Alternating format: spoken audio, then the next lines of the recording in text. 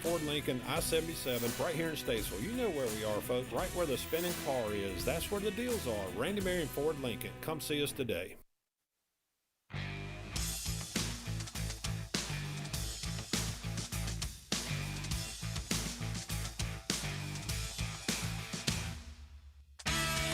All right. Hello. Happy Friday, everyone. Welcome to the Scoreboard. Oh, we got a fun one for you here today. 844-STUDIO-4. That's 844-788-3464 if you have something you want to chat about. We have a nice Daytona 500 preview show for you here today. A couple of guests going to be joining me today. One of them in studio right now. I'm going to just call you the legendary host of the Home Ad Show now. I think that you've officially gotten that title. Patrick Reynolds here in the studio with me to talk some NASCAR. How you doing? Think you're playing free and loose with the word legendary, man. I don't know about that. I don't think so. Come on. Yeah, Give yourself credit. Come on. I put in a good effort. I try. I don't know about legendary. That's kind of, I don't know. Well, we're going to talk a little Daytona today. Yes. The Daytona 500 coming up on Sunday. You have the Truck Series race later on tonight, ARCA and Xfinity tomorrow, and then the big show on Sunday. Last year's race, we actually sat in studio during the Scoreboard and watched that with Tim, our traffic manager here. Up in the Statesville studio. It was rained out on Sunday, pushed to Monday evening. I did a show, you might remember, the News Drive at 5. I do remember. 5 to 6, and you had the 6 to 7 hour with the Scoreboard. Yes. So I believe the race went green, if my memory serves, around 4:30-ish on Monday. Right before the show. And we did simultaneous our 2 broadcasts as well as the race. And then we were off air at 7, and then we watched the conclusion. Yeah. Okay, checkered flag. Just sat Monday there night. and the Scoreboard that day was literally just us talking about what was happening in the race. Yeah, we had that on the Fox coverage, and we could not do play-by-play, which we did not, but you could still talk updates about and talk it. about it. Right. Yeah. Well, and the temptation is there to do play-by-play. It is. You're watching, and I want to call the race like, well, let's do a segue. Alex Hayden would call. Right. He's coming up in segment 2 today. He is, yes. And that it'd be, the temptation is there to call that, which we did not. So we did just more analyst type stuff, but it was fun. I enjoyed that last year. And do you remember the Xfinity Series race was also rained out from Saturday to Monday, and they ran that Monday evening after the 500. Yeah. Long day, 800 miles of racing in one day in Daytona last year. Well, Kyle Larson tried to do 1,100 miles in one day. But. Yep. Mother Nature threw a roadblock in that for him too. Yeah, and they've changed the rules now, NASCAR, with if you miss a race for that reason, you'll just lose your playoff points. Sorry, no more playoff points for you. It's everybody's gotten their waivers. No one's not gotten a waiver. So there was really no punishment for it. And I don't know if punishment is the right word, but NASCAR needs to have you, whatever you are, whoever you are, teams, drive, you got to be committed to our series. If you want to go run elsewhere, okay, but when you come back, there was really, for whatever reason, it didn't hurt. Yeah. It's got to hurt. And it's in the rules. It says, if you want to be a part of the playoffs, you have to run every race. And unless you get a waiver, and the waiver doesn't mean anything if everybody's getting a waiver. Everybody got a waiver. Every time it's applied for. It was. There was no waiver denied, so no one ever got hurt. So it's like you got to run every race, but then when you didn't, so what? Yeah, Never happened. So what? Well, last year, the Daytona 500 ended under caution. William Byron ends up the first-time winner of the Daytona 500. We had the duels last night, and we had another moment where there was an accident on the white flag lap, and the caution was thrown about 100 yards away from the start-finish line. And my initial reaction was upset, obviously. Like, why are you throwing the caution in a duel with 20 cars on track as they're side-by-side coming to the line? And I was listening to the Fox broadcast, and Kevin Harvick was saying that the drivers were really the ones that started pushing that, because it used to be if you wreck coming out of 4 and they let you race to the line, he said that the drivers would just hold it wide open. Yes. And they wouldn't care. They would run into the wreck trying to get 1 or 2 extra spots, which I understand. My counter to that is let the leader cross the line, especially if it's that close. Then you can throw the caution and stop the chaos from happening behind. But also, when it's that close to the start-finish line, did they even notice the caution was out? I would have kept, if it was me, I would have kept the foot on the floor. They probably did. But NASCAR uses the scoring loops in the electronic to freeze the field. Right. You'll look at, if you want to replay Daytona 500s in 2006, especially 2007, extremely memorable. I just watched that race. Yeah, 2006, there was a caution in mid-pack on the final lap, backpack, and they threw the caution. So right around the entrance to pit road, the field was frozen. And even though all the leaders, they kept the hammer down, kept right to the checkered flag. So there was a little bit of discrepancy as to where everybody finished, where they time-stamped it. Jimmy Johnson, clearly the winner either way that year. And 07 is a very famous, well-replayed finish. No caution. No caution being thrown, where I said out loud, I was watching with a buddy of mine as I'm watching TV, up, yellows out, Mark Martin wins. And suddenly, Mark Martin and Kevin Harvick go door to door right to the line and won by a bumper. Didn't Mark Martin say that he thought they were throwing the caution and that he lifted a little bit? I don't remember. I feel like I heard that quote at one point. I don't remember that. Kevin Harvick, he ran the high line. He didn't lift. He didn't lift. He was around 6th or 7th entering turn 1, popped to the high side, went around everybody. He didn't let off. Have you heard of Tubi? Yeah. The streaming service? Sure. They have a NASCAR channel now. And Just they played the 2007 Daytona 500 yesterday. 2 days ago. Okay. And I was watching it. Yeah. Just because that's like the golden era for me, at least. With 9 to go, Kevin Harvick was at the back of the pack. Mm-hmm. You can't do that in the next gen car. You can't go from the back of the pack with 9 to go to the lead. Just hopscotch like that. Just like that. And I think that's what Daytona's been missing recently, or just super speedways in general. And one thing I noticed, and just about the next gen car in general, is it seems like 3 wide and making a 3 wide move is possible at Daytona if you have help, but not at Talladega. For some reason, it's like they're just 2x2. Nobody can go anywhere. And I'm not sure what needs to be changed, but super speedway racing needs to go back to the days of 2020, in my opinion. That was one of the best super speedway packages that NASCAR ever dropped. Talladega and Daytona are similar, but there Similar, is but different. difference. Yes, there's differences. Daytona is still a handling track. Tires can wear away, your fuel load burns, so you gain nose weight in the car, and the handling can go away during a fuel run. Yes. Does not happen at Talladega. Everybody puts the right foot down, they floor it, and everybody handles just fine for the entire fuel run, for the entire race. Nobody's getting loose off of 4. Drafting in air, and that's it. Yeah. Daytona, the handle can go away on a car like you're racing at Charlotte, and you can be good at the start of a run, drop back through the pack. Right. There is a difference between. I think they're still working on the next gen car to figure that out. Well, they didn't make any changes to the car, apparently, going into this year. So it'll be a lot of the same. I'm still optimistic for a good race Sunday, hoping for one. Daytona, it usually produces some exciting moments. Let's not finish under caution again. Oh, please not. I think the last 4 years has been under caution. Don't remind me. Well, we're going to head to our first commercial break. When we come back, we're going to talk with Alex Hayden of MRN. Don't go anywhere. We're back after this. Keep it right here. We'll have more of the Scoreboard with Joe Berg in just a moment from 105.9 100.7 WSIC. Well, taking a brief break in the rain for our Valentine's Day, a lovely day for the middle of February. Sunny and cool, high temperatures climb up to around 50 for the afternoon. Go back down into the low 30s in the overnight hours, but get ready. Here comes more rain heading into the weekend. Scattered chilly rain with high temperatures in the 40s Saturday. We'll keep an eye out for a thunderstorm Sunday morning into midday. That's your forecast from the WSIC Weather Center. I'm meteorologist Chase Myers. The WSIC app is available now wherever you get your apps, featuring local deals from great local businesses like iCats Public Transit.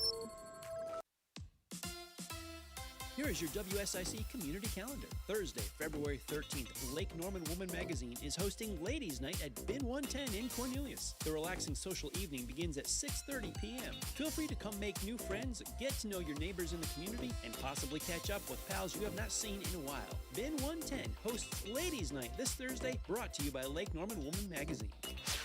The Wine Maestro in Statesville has live music with Captain Dar on Friday. Captain Dar delivers entertainment with a capital E. With his acoustic music sets, it makes a perfect addition to your Valentine's Day plans. The Wine Maestro in Statesville presents live music on Friday night at 7 p.m. Mooresville Arts and Events welcomes you to join them for a date night like no other in the ballrooms of the Charles Mack Citizen Center on Friday and Saturday. Sigmund Theatrical's Murder Mystery Crew is back with Check-In for Murder. The action will unfold around you, with some guests even becoming characters inside of the story. It's a high-class evening of dinner, theater, and mystery. Visit statesvilleevents.com for tickets and information. Enjoy the Valentine's Day special at the Speedway Club at Charlotte Motor Speedway. Come celebrate with that someone special with a 3-course dinner or something off the regular menu. The Speedway Club Valentine's Special runs Thursday, February 13th through Saturday, February 15th. Then on Sunday, you can cheer on your favorite driver during the Great American Race at the Speedway Club Daytona 500 viewing party. Visit 704-455-3216 for Speedway Club reservations or visit charlottemotorspeedway.com for more information. To keep up with all the events happening around the community and much more, including amazing local deals, download the WSIC News app today. Merlefest 2025, presented by Window World, returns April 24th through the 27th in Wilkesboro, North Carolina. Hear the Avett Brothers, Bonnie Raitt, The Dead South, Watch House, Wyatt Floors, I'm With Her, Leftover Salmon, The Warren Treaty, The Steel Drivers, and many more. For tickets, visit merlefest.org. Be a part of the conversation. We can't fix America's debt by starving its people. Have your say. One shooting after another, and we're doing nothing to solve it? This is WSIC News Talk Now. The best talk all day long. WSIC. Local starts here. It's the Scoreboard with your host, Sports Director Joe Berg on 105.9 100.7 WSIC.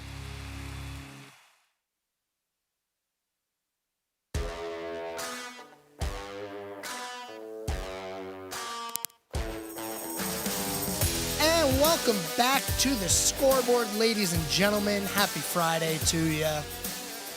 844-STUDIO-4. That's the phone number if you want to be a part of the program. We're talking about the Daytona 500 coming up this Sunday. And joining us now from MRN is Alex Hayden. Alex, welcome to the show. How are you today? Hey, thanks for having me. I'm doing great. It's a breezy, very brisk day here at the World Center of Racing. Just arrived on property. The sun is shining, though, so we're looking forward to another great day of action here at the racetrack today. Well, you already answered my first question. I was going to see how the weather was looking. Are we expecting some racing later tonight? We absolutely are, and it's the season opener, obviously, for the NASCAR Craftsman Truck Series, the Fresh from Florida 250. It's going to be a good one. This is going to be even more interesting at the start of the race because practice yesterday for the trucks was rained out, and they didn't get the opportunity to get out there and do that. So they're going to go qualifying here in a little while, and that will be their only laps on the track before they drop the green flag later tonight. Yeah, and the weather issue at Daytona has always been, at least in my opinion, it's always been something that's been a topic of conversation. Has there ever been a thought from NASCAR to maybe mimic what the Super Bowl does and what the NFL does for the Super Bowl, where they start it later in the day at 6:30? Because, in Daytona, you've maybe started a little later. Maybe that humidity dies down. The chance of rain maybe dies down. Has there ever been a thought process of changing the start time for Daytona? Well, yeah, there's always a thought, and there's discussions that happen all the time about things like that.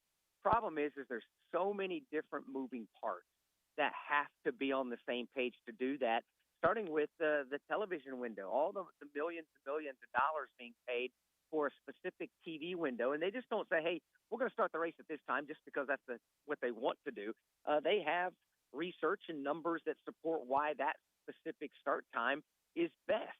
And there's little hurdles you have to jump with that. Obviously, with the radio broadcast, we have our time And we have to send that out to all of the radio stations like yourselves and just say, hey, here's what we have for our airtime so the radio stations can go ahead and prepare. You just can't up and change it all of a sudden. But to your point, yeah, it's Florida. It rains down here, and that's just part of it. Is it better to do it in the evening? Is it better to do it mid-afternoon, early afternoon? Heck, who knows? Mother Nature is going to do what Mother Nature wants to do. We look at the forecast for Sunday for the 67th running of the Daytona 500, and there is a chance of rain, a 50% chance of rain, and it's just a scattered shower type of thing. And it depends on which professional weather guesser you look at. They give you different times, and that's part of the problem too when you try to hammer down a start time. Some of the pros around here are saying the rain's going to move in at Daytona earlier in the afternoon, while others say it won't be until 5 or 6 o'clock Sunday. So who knows? Bottom line is we have the time. We're going to stick with it, and if it rains, then we'll deal with it. And no matter what, we're going to see some cars on the track eventually at Daytona, that's for sure. Yeah. And Sunday, even if we have a scattered shower or a stray one come through the area and delay things just a bit, it's not like it's going to rain all day. That is nowhere near the forecast. That's something all of the meteorologists in the area have agreed on. We will run the Daytona 500 in its entirety Sunday. We just hope it's when it's supposed to go. Well, we'll see. We'll see what Mother Nature has in store for us. So last year, the Daytona 500 ended under caution with William Byron getting the win. Last night, we saw in duel number 2, the caution be thrown about 100 yards or so from the start-finish line. Is there a point where NASCAR looks at these Daytona races ending under caution and says, you know what, we really should let these play out, at least for the leader to get to the start-finish line, especially for something like yesterday where they were so close to the line, we have a different winner depending on where the caution is thrown. Is there a reason that we're throwing it so close to the start-finish line? You know, here's the thing, and I'm towing a difficult line because I work for NASCAR with MRN. But in my opinion, they got it wrong last night in the second duel race because there was the crash behind them coming right to the line. To me, the reason they got this wrong is because by the time they call caution and the spotters hear that, they're human. They are intent coming to the checkered flag. They might hear caution. Well, by the time they process that mentally, then push the talk button, tell their drivers that split second or 2 seconds is gone and the checkered flag's already out. So I think NASCAR got it wrong last night. Now, the reason they do throw caution flags, which I completely understand, is because they want to be able to roll the safety trucks.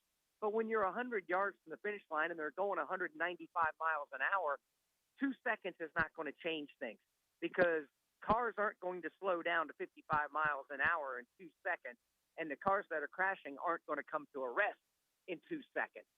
So I would love for NASCAR to be a little more patient when they make their caution calls. If there's a car upside down and barrel rolling and flipping wildly and cars on fire, absolutely, you got to do it. You got to put it out. Right. But when there's cars just crashing and sliding, you got to let it play out, in my opinion. Yeah, and it looked like what is a typical Daytona. Few cars get into it, they're sliding around. It didn't seem like anything too crazy to where I thought the caution was immediately needed. Like to your point, I also thought that it would have been a better idea to just at least let the leaders cross the start-finish line. Then you can throw the caution because obviously you don't want those cars in the back of the pack just piling into something if there is a secondary incident as cars are trying to get through the first incident. So that and to your point on last night, you make a great point because the crash was the back of the field. There were no more cars to come piling into them. So the crash was the back of the field, and it wasn't going to affect anything else. Right. So we have a few new things going on in NASCAR this year. The damaged vehicle policy is one that's been getting a lot of attention. In your opinion, what is the biggest change that we're going to see this year with NASCAR? You know, I think you touched on that, the damaged vehicle policy. basically cars are not going to be immediately out of the race after a 6 or 7 minute clock. It's going to be up to the teams whether they're going to be able to continue in the race or not. That's big. I think the other one is with this new Xfinity fastest lap of the race and awarding 1 point to the driver that ran the fastest lap of the race. That might not sound like a lot, but in this business where every single point matters, there's a lot of points up for grabs as we wind our way through this 2025 season. I think that's probably the most significant change is adding one more championship point every single race. You just got to go get it, and it's up to the teams now to go get that point. So I really like that, and I think that's a big one. Yeah, I love seeing that. Any way that we can add points, it almost felt to me like what they used to do with the lead a lap, you get 5 bonus points. Lead the most laps, you get 5 more bonus points. Correct. It felt like they're trying to kind of give it the fans another thing to look for and the drivers another way to get some points. And to your point, 26 points throughout the course of the regular season, that's a lot. You know, you could rack up 3, 4, 5 fastest laps throughout that course of the season, and it could be the difference between you making the playoffs and not. Yeah, and the way the point system is with 1 point per position, heck, you get that 1 extra point, it's like you're finishing an extra spot ahead. So it's valuable. And again, there are race fans that I've talked to that said, well, it's only a point. It doesn't make that big a difference. Actually, it does. Yeah, especially like you said, 1 point per position. Every position, every point is just that much more important. As we head into Daytona on Sunday, what is our biggest storyline? Because there's a lot of them. You got open wheel drivers participating. We got new cars, new drivers, a shutdown team with only 1 car remaining on the team. What is the biggest storyline that you're going to be looking for? Well, it's the Daytona 500. Obviously, much different than every other stick and ball type of sport. Our biggest race is at the start of the season. Everybody wants to win this race. Yes, there are points on the line. Yes, the championship starts here in the Daytona 500. But you can just kind of say, hey, do I want to have a good points day, or do I want to put my name in the record books as a Daytona 500 champion for the rest of my life? Everybody's going to pick the latter of that. I think the significance of this race continues to be so big that everybody's going to do whatever is willing. And I think when you look at this, obviously it's hard to handicap a race like this because you have to have some luck in this as well and survive coming to the checkered flag. But there are just some drivers that are better drafters than others. Joey Logano, Ryan Blaney are those guys. Brad Keselowski has won 7 drafting races in his Cup Series career, none being the Daytona 500. However, he has won here in the summer race at Daytona. So there are drivers that are just good at it. You got to look also at junior motorsports, and with Justin Allgaier being able to race their way in junior motorsports' first ever Cup Series entry, that's huge. And obviously Dale Earnhardt Jr., I kind of relate him similar to Tiger Woods. No, they're not 100% active every single week in our sport as competitors, but they're still very active as personalities and figures in their respective sports. Tiger Woods still moves the needle dramatically for golf. Dale Earnhardt Jr. does the same for NASCAR racing. So to have Dale and Kelly and L.W. Miller and Junior Motorsports and Justin Allgaier as part of the Great American Race, that's a huge deal. Throw in the fact that their sponsor is a whiskey company owned by country music superstar Chris Stapleton. That's huge. And Chris Stapleton will now be in attendance at the Daytona 500. That doesn't hurt the optics of the Great American Race. You mentioned the open wheel side of things with Helio Castroneves. It's controversial, the new rule about a world-class driver getting a guaranteed spot in a race, and then this particular one being Castroneves with a 500. Some people don't like it. Some people are very vocal about it. I'm not a huge fan of just letting anybody into the race, but I am a fan of Helio Castroneves, and I am a fan of him being a part of the Daytona 500 because that brings a big audience that may not necessarily be NASCAR specific and their ears and eyes on the Great American Race. Helio's a magnetic personality, as we all know. People are gravitating to him. He has been arguably one of, if not the most popular guy wandering around the infield here at Daytona all week long. That's how big that presence is already. You can sense it. Anytime he walks around this racetrack to get from point A to point B, he has an absolute throng of people around him. So to have Helio Castroneves in the Great American Race is a really cool thing, too.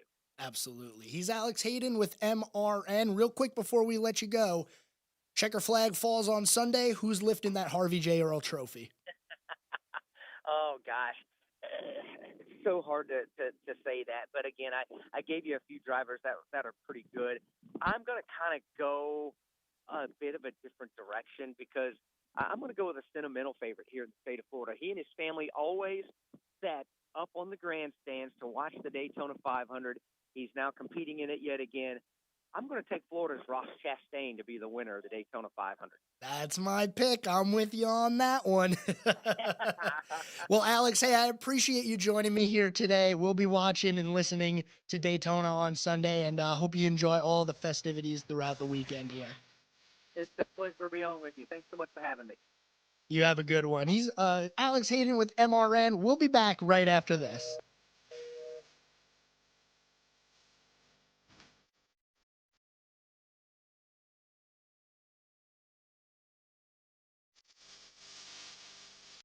Your time is now. Start your teaching journey today with Teachers of Tomorrow.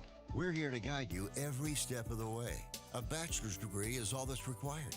Best of all, it's free to apply, and you can be teaching in just 6 months. Call Teachers of Tomorrow at 800-813-9441. 800-813-9441. That's 800-813-9441. Because the world needs teachers like you. If you're between the ages of 55 and 63, disabled and unable to work, you may be eligible for disability benefits from Social Security. The average is about $1,300 a month. It's a benefit you are entitled to from working. Use it to pay your normal living expenses. This free call only takes 10 minutes, and it could provide you the necessary financial relief you need. Plus, our services cost you nothing until you receive your benefit check. Save yourself time and aggravation. We know how to get the job done for you as quickly as possible. So if you are physically or mentally disabled and can't return to work, and you're between the ages of 55 and 63, learn if you qualify for your $1,300 a month check. Make this free call right now to the Social Security Disability Helpline. 800-854-2074. 800-854-2074. 800-854-2074. That's 800-854-2074. Whatever the story, we have to end our dependence on China. have your say. This debt crisis is going to set our economy back big time. This is WSIC News Talk Now. Fernhill Baptist Church is a traditional fundamental congregation located in Troutman. Hear them Sunday mornings at 8:15 here on WSIC. Listen on demand, WSICFM.com. The button pushing stops here. WSIC. Local starts here. This is a Bloomberg Money Minute. After spending heavily to ramp up manufacturing during the pandemic, COVID shot maker Moderna has been quickly scaling back amid waning demand for vaccines, but not quickly enough. Last month, the company said it's cutting costs by $1 billion this year. Today, it says costs, which are still too high, caused it to post a bigger than expected loss for last quarter, even as sales exceeded forecasts. Moderna shares initially plunged today but have recovered, now trading near break-even. The boom in travel demand coming out of the pandemic weakened early to mid last year, but the latest reports from travel companies suggest a resurgence. Airbnb says strong demand during the holiday quarter, which propelled its earnings and sales above expectations, is showing no signs of abating, with bookings running above market forecasts this quarter. Wall Street likes the sound of that. Airbnb shares are rising 15%. On Wall Street, the main indexes are holding pretty close to the start line. Dow losing 0.1%, NASDAQ and S&P gaining 0.1%. Andrew O'Day, Bloomberg Radio. It ain't easy being number one, but we make it look good. WSIC. The Scoreboard with Joe Berg continues now on 105.9 100.7 WSIC.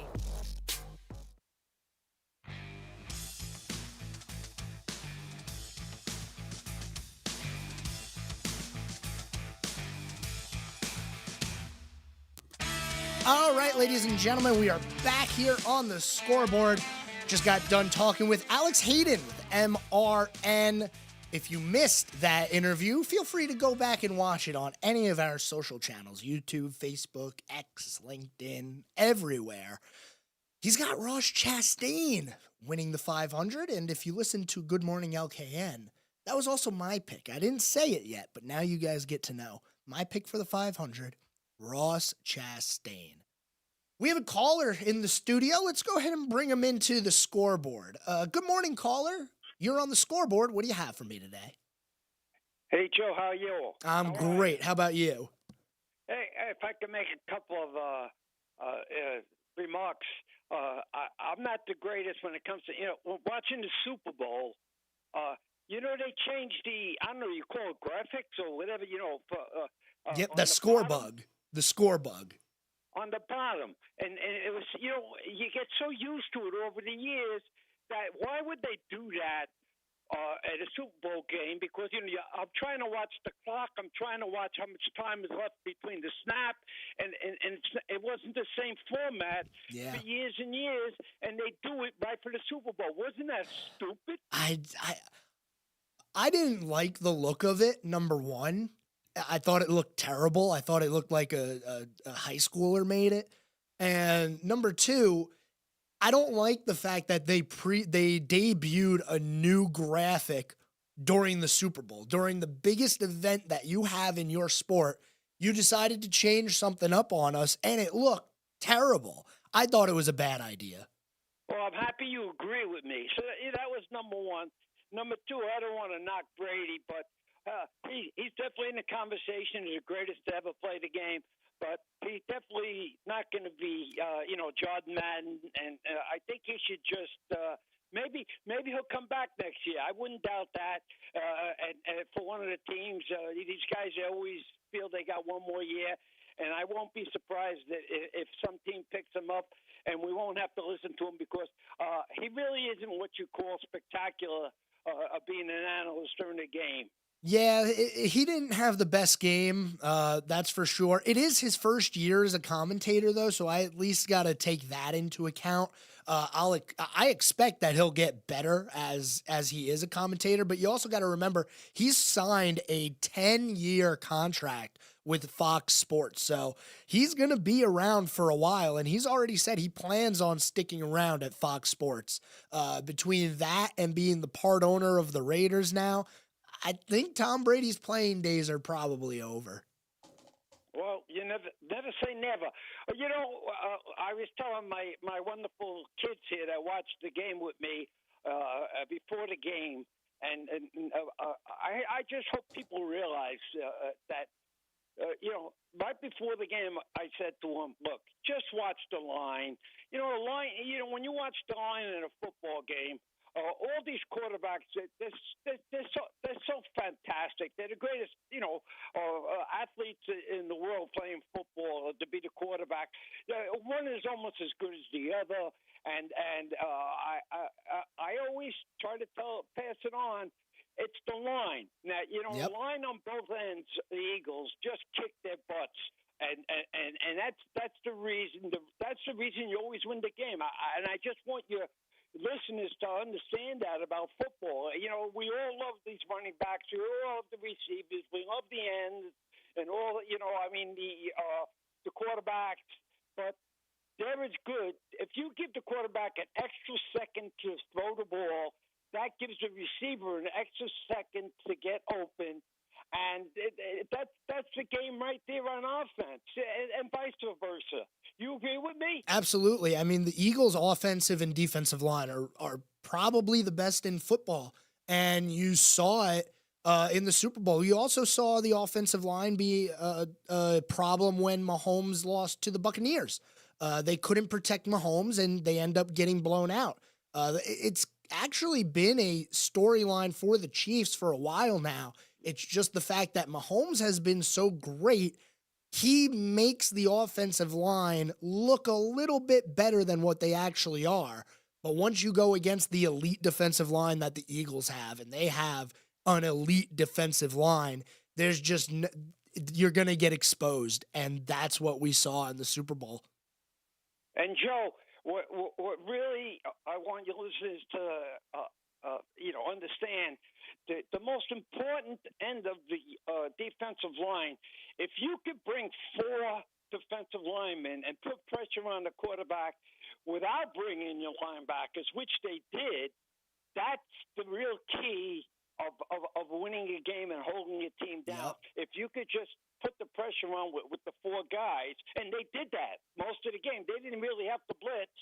So that's the war was won in the trenches, and a better team won that day. And of course, if they played next week, it could be a different results. And can I mention a couple of stupid thing in basketball? Yeah, sure. Let's do it. Okay. If your listeners are out there, I just want them to give me a cup of coffee when they make $1 million on what I'm going to tell them to do. And I've told this to many people over the years, and I don't know why they don't do it. But I mean it when I tell you this. If one of your listeners are out there, they could do what I'm asking them to do, and they're going to be billionaires, if not millionaires. And here's the point. It's going to take the point. It's going to take a minute. But in basketball, if you watch pro basketball, if someone takes a shot, when they take a shot and the ball gets stuck between the rim, in the rules, it's a jump ball. It shouldn't be a jump ball because it was a bad shot. That's number one. Number two, the rebounds usually get to the defense 80% of the time. Number three, my friend Jack Butler, who was the coach of University of Dayton, when I told him about this, a wonderful guy who played for Western Kentucky years ago, he said, Lenny, and that's my name, you know, you're right. And you know what I would do in the pros? There's no reason to stop the game. These guys are so big, let them just keep whoever gets the ball, and you don't even have to stop it. Now, the point I want to make for all your listeners now, because I'm sure they want to get that $1 million, here's what I'm going to tell you, Joe. Why can't we design a rim that it doesn't happen? Somebody out there could design a rim that the ball won't get stuck, and then people, I mean, everybody, high school, college, the parks, everybody's going to need these new rims because nobody wants the ball to get stuck on a rim. It seems like an easy fix to me. Just straighten it out a little bit near the backboard. So, Joe, if you could come out, I'm not an engineer. I just gave everybody the idea. If somebody comes out with this idea, they're going to be billionaires or millionaires because they're going to say, nobody wants the ball to get stuck. I mean, what could it take to get somebody to design a rim that the ball doesn't get stuck? I wish I had the ability to do that. I really do. I'm not an engineer either, but somebody out there is going to hear this and they're going to fix it up. Maybe one of your listeners will say, hey, that's a good idea. Maybe they'll do it. Maybe. Right? Maybe. That'd be and nice. Then when they do, will they give me a cup of coffee somehow? I will make sure of it. How about that? Well, okay. I'm not asking for much. No worries. And I just want to make another point. Well, actually, I got to cut you off there. We are going to our commercial break here, so I'm going to have to let you go. But, hey, I appreciate you giving us a call today, and you always have some good ideas when you call in. It's great to hear from you. Thanks, Joe. You just be good and keep up the good work. Well, thank you. Bye-bye. Bye-bye. All right. Well, yeah, we're going to talk about the Super Bowl. The point he made about being able to just bring 4, the Eagles did not blitz one time in the Super Bowl. Not once. And they blew out the Chiefs. Final commercial break of the day, ladies and gentlemen. We'll be back right after this. Keep it right here. We'll have more of the Scoreboard with Joe Berg in just a moment. From 105.9 100.7 WSIC. Well, taking a brief break in the rain for our Valentine's Day. A lovely day for the middle of February. Sunny and cool. High temperatures climb up to around 50 for the afternoon. Go back down into the low 30s in the overnight hours. But get ready. Here comes more rain heading into the weekend. Scattered chilly rain with high temperatures in the 40s Saturday. We'll keep an eye out for a thunderstorm Sunday morning into midday. That's your forecast from the WSIC Weather Center. I'm meteorologist Chase Myers.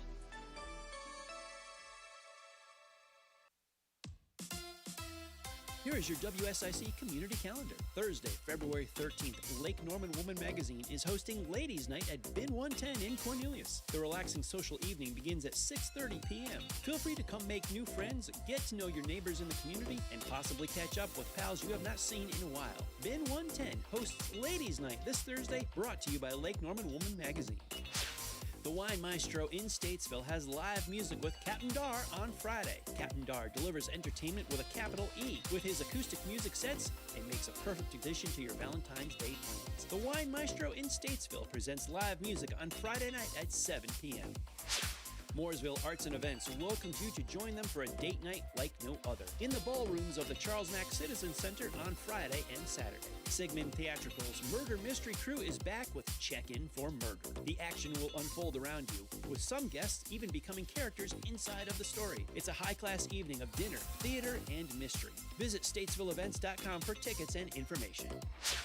Enjoy the Valentine's Day special at the Speedway Club at Charlotte Motor Speedway. Come celebrate with that someone special with a 3-course dinner or something off the regular menu. The Speedway Club Valentine's Special runs Thursday, February 13th through Saturday, February 15th. Then on Sunday, you can cheer on your favorite driver during the Great American Race at the Speedway Club Daytona 500 viewing party. Visit 704-455-3216 for Speedway Club reservations or visit charlottemotorspeedway.com for more information.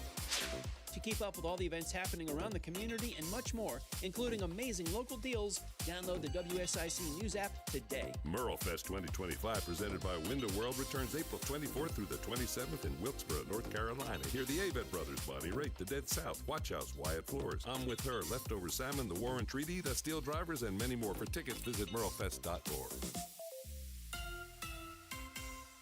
Craving a taste of Italy? At Palmadora's, we serve up scratch-made comfort with every bite. From our hand-tossed pizzas to classic pasta dishes, it's the perfect place to gather your family or just treat yourself. Visit palmadoras.com for menus and hours. Your table's waiting. Breaking news, expert analysis, and the stories that matter most, all in one place. I totally acknowledge seeing flames is a scary situation. WSIC News Talk Now. Talk sports with Joe Berg. Call 844-STUDIO-4. It's the Scoreboard on 105.9, 100.7 WSIC.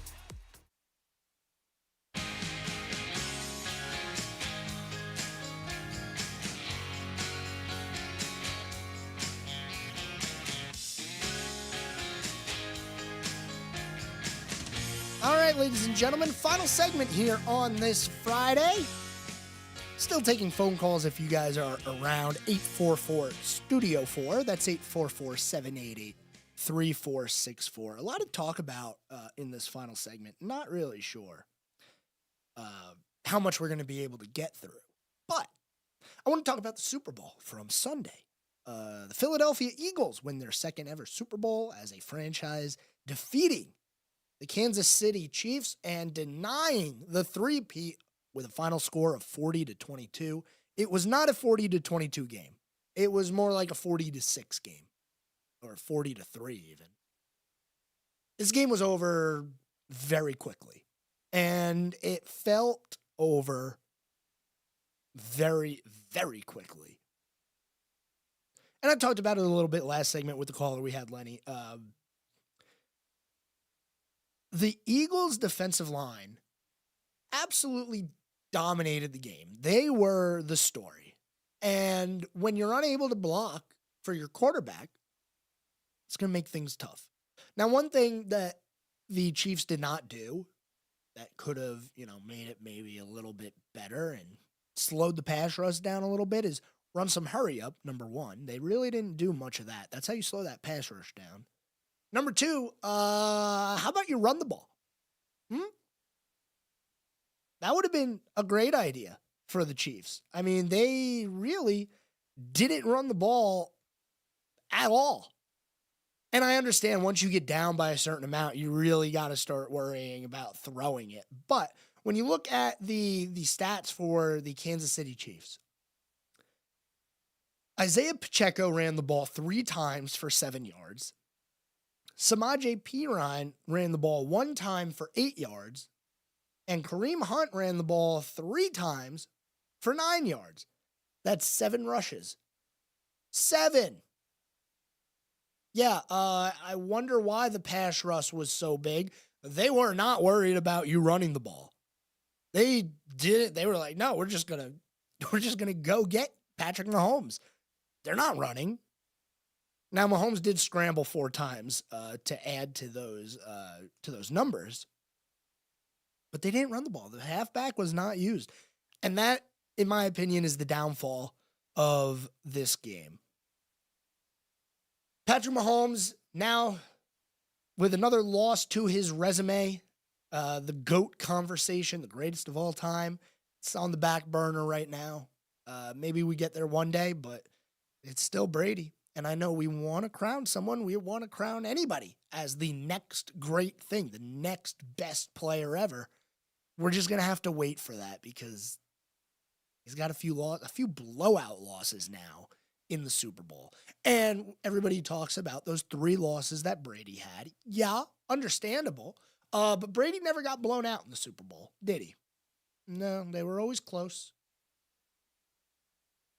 The Super Bowl that they lost to the Eagles had the number 1 pass defense in the league, and Brady threw for almost 500 yards, 4 touchdowns. He dominated. Patrick Mahomes against the number 1 pass defense, 21 of 32, 257 yards, 3 touchdowns, and 2 interceptions. Congratulations to the Philadelphia Eagles as they are your 2024-2025 champions. They won the Super Bowl. I'm upset a little bit, personally. Yeah, I know. I am. Looking forward to next year, though, with the NFL, we already have odds. Yes, we already do have odds for the champion for 2025. Producer CJ, you got a mic in there? You want to chat real quick? Pull that mic up, pal. Come on. Yeah, let me hear from you. There you are. Yep. All right. Who is the favorite to win the 2025-2026 Super Bowl? Not the Carolina Panthers, I can tell you. Not the Carolina Panthers. The Carolina Panthers are, I don't even think they're on the list, to be honest with you. I don't know if I can, oh, there they are. Plus 13,000. Okay. Plus 13,000. Not the longest odds. Yeah. The longest odds are the Tennessee Titans and the New York Giants, plus 20,000. The Browns made it above the Giants. Yes, they did. That's funny. Who do you think the favorite is? The Bills. Betting favorite. Probably the Bills. Bills are tied for second. You got one more guess? Probably the Chiefs. The Chiefs are tied for second. The Eagles? The Eagles are your favorites for the 2026 Super Bowl at plus 6,500. The Chiefs, I'm sorry, 6,500, plus 650. The Chiefs, Bills, and Ravens all next, plus 700. So the Chiefs they're not going to be going anywhere. The Eagles are not going anywhere. The Eagles are pretty much going to bring the same team back next year. Yeah. They got everybody signed. So, but that's enough football talk until we get to September. I mean, maybe we'll talk a little UFL. Or the maybe. draft. That's true. You have the draft, but, you know. Yeah, it just kind of dies out until. We'll talk about who the Panthers draft, Yeah. but I'm not going to sit here and do a whole draft special show. It's not worth it. I don't know enough about the incoming class to do that. I mean, I could probably prepare something, but Panthers pick what, 8th, I think, this year? I think it's 8. Yeah. It feels like 1 again. Best like available. They need players, in my opinion. They still need players. Yeah. Like, yes, this year got better. They still need to improve the overall talent of that team. For sure. Best available is what I'm doing if I'm the Panthers at 8. Anyway, some other things going on in the world of sports right now. If you're a fan of hockey, the Four Nations Face-Off is happening. That is the United States, Canada, Finland, and Sweden in a 4-team tournament that is taking the place of the All-Star Weekend for the NHL. Yesterday, the United States beat Finland 6-1 in the first game of the tournament for them. 4 goals scored in the third period, and you're going to recognize a lot of these names. Brady Tkachuk, Matt Boldy, Matthew Tkachuk, Brady Tkachuk, and Matthew Tkachuk again, as well as Jake Gensel, former Carolina Hurricane Jake Gensel. Remember that. Like, I see her over there with the like Hurricane sweatshirt. 3 months stay in. Yeah, was it worth it? No. If you're watching the Four Nations face-off, I talked about it a little bit earlier in the morning show. If you're used to all-star games being laid back and the players just kind of going through the motions, this is not happening in the Four Nations face-off. They are playing. They are trying. There is a lot happening on ice. Game number 1 of the tournament between the United States and Sweden went into overtime, with Canada coming out on top.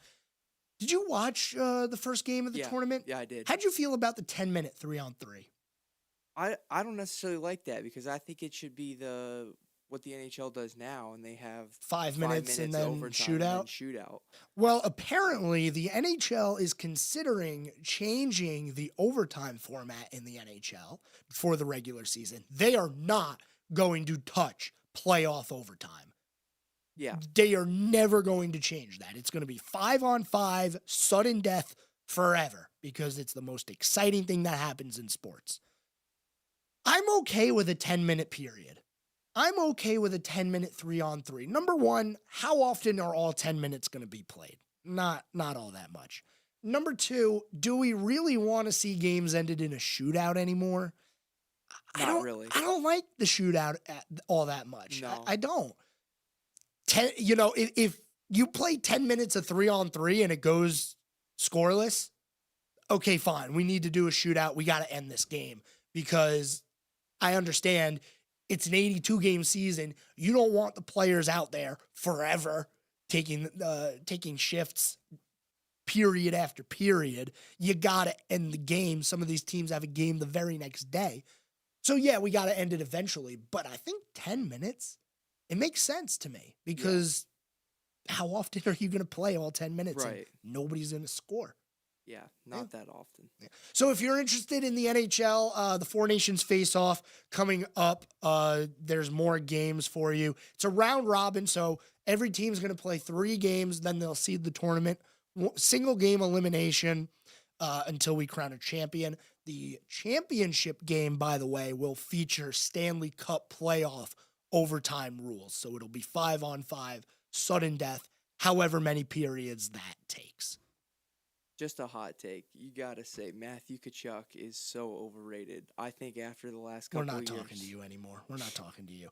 We're going to head actually into the end of the program. We're coming up on the end of the show here today. Real quick, let's go over some things that happened on this day in history. 1971, Richard Petty wins his 3rd Great American Race. That was on this day. 1995, Clyde Drexler gets traded to the Houston Rockets. The Rockets end up winning that 95 championship.